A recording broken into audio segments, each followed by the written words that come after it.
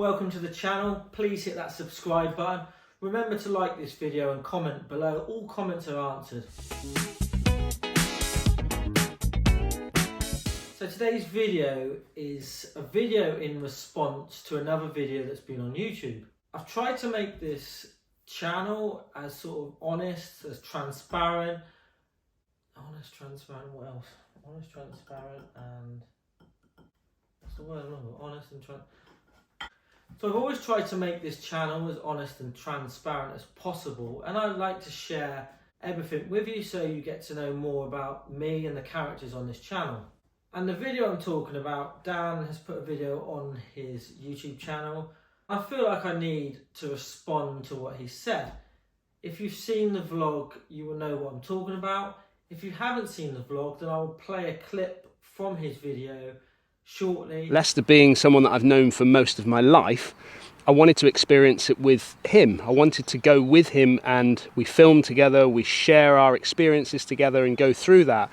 Now, Lester doesn't want to travel and he doesn't like flying. So therefore, I respect that, and I have respected that from the get-go. I've tried to get him to go through counselling and deal with that side of it because I desperately wanted him to experience the things that I've experienced when I've gone travelling, and to me there's nothing better. When I turn around and see something amazing, I want to share that kind of with him, you know.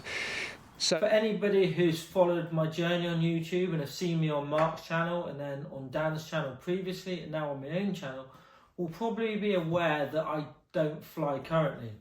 And I haven't flown for the past 10 or so years.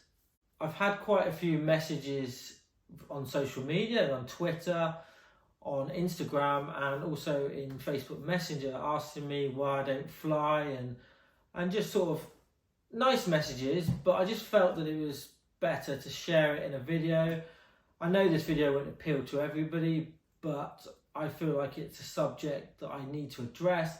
Also, it works as a little bit of a counselling session. I can talk to the camera and I feel like I'm talking to you guys and girls at home as well and sharing. And sometimes a problem shared is a problem halved.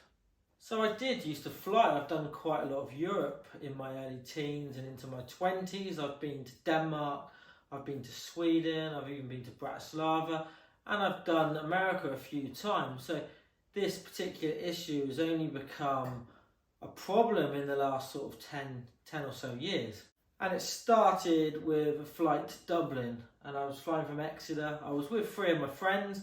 We were on a golf trip. Dublin is an airport which is sort of renowned for high winds, and when we were trying to land the plane, or the pilot was trying to land the plane, we had 3 or 4 attempts at actually getting the plane from the sky onto the ground, and we were all sort of noticeably shaken up by the experience. So I was even thinking of not getting the flight back, and I had to have a couple of drinks to get back on that plane. The flight's only just over an hour, so it's not a long flight. But that's where the sort of fear of flying sort of originated. And I feel like the mistake I made, I should have booked another flight almost instantly and got back on the plane, but I didn't. And then I started my own business several months later and didn't have the finances to even afford to go on holiday or to get on a plane.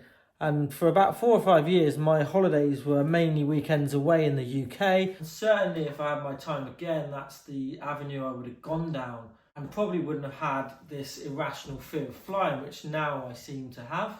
And I totally understand how safe flying is and how few planes crash, how it's safer to fly than it is to actually drive on the roads. I know all that, but because it's an irrational fear, you can't see past that. And I know how many planes fly across the world every single day, and there's thousands and thousands in the air as we probably speak now. There's a really good app as well, which I quite like, which is called Flight Radar, and you can basically track and progress all the planes and see where they're flying and the journeys they're taking around the world. If you haven't checked that app out, it's a really good app actually, and it's quite fascinating to see the planes and where they're going. So I know all that, but that doesn't make it any easier. And so I guess my biggest fear is getting in the air and then deciding I don't want to be on that plane. And I'm not saying I'm going to have a panic attack, 'cause I don't think I've ever had a panic attack, but it's just difficult if you're in the air and you're like, I don't want to be on this plane. You want to get off it, and then if I get somewhere, I can't get back. And I mean, that might sound ridiculous, and It sounds ridiculous to myself, just actually talking to you, watching this. It just seems, again, it seems irrational, but it's just become an issue for me. And this fear of heights I seem to have developed has got worse as well over the past sort of 2 or 3 years. And when I went to the Open Championship at St Andrews, there was a bridge which took you from the FootJoy campsite onto the actual golf course. And this bridge is probably, 14 or 15 foot high over the road. And I got up there and I struggled to actually walk across it. However, last year in 2023, when we were at Liverpool for the Open, the same bridge was there and I managed to walk across it. So I'm seeing that as a bit of progress. I know how safe flying is, but I've even got a little bit of an issue with getting in the car with certain people. I like to drive myself because I feel in control. And being on a plane, I know you've got 2 highly skilled professional pilots generally, but I don't feel in control of the situation, whereas behind the wheel of a car, I do feel more in control, and that sort of really helps with travelling. Going back to Dan and what Dan discussed and the fact that he likes travelling with me, and he saw the future of his channel of me and him travelling around the world playing golf and experiencing some brilliant things, whether it's on the golf, oh god, that's a load of waffle, you know what I'm saying? The opportunities that his channel and in the future hopefully my channel will provide with the travel and the opportunities of filming in some of the best places in the world. I totally understand that I need to sort of get over this fear of flying, and not just professionally but personally. I'd like to travel and holiday abroad, and if I can't get over it, then I'm going to be stuck and very limited of what I can do in later life. Is that right or not? I'm doing later life. So when Dan started his own channel, unfortunately, and we've mentioned it previously that my dad passed away sort of early on in that journey, and I was sort of, I don't need to go over it again, but I was dealing with the grief and the sort of the sudden loss of him, and I just didn't feel mentally ready to sort of tackle the fear of flying, and I just felt that I had a lot on my plate with that, and then to add in the fact that I wasn't flying and the issues surrounding that, I just felt it was too much for me personally to deal with at the time. And I think this is probably a good opportunity and a good time just to apologise to Dan, because I did say that I would sort this fear out and I would at least try and attempt to fly, and unfortunately I haven't done that, and I do feel a bit of guilt in that particular instance that I haven't done that, and I've let him down a little bit. So for Dan, I'm really sorry that I haven't done that, but I will in the future look to try and address these issues. So does anybody else watching this have any issues with flying, and has anybody had issues in the past and overcome it, and how have they managed to do that? So comments below would be brilliant. Any advice would be really welcomed as well on this particular topic.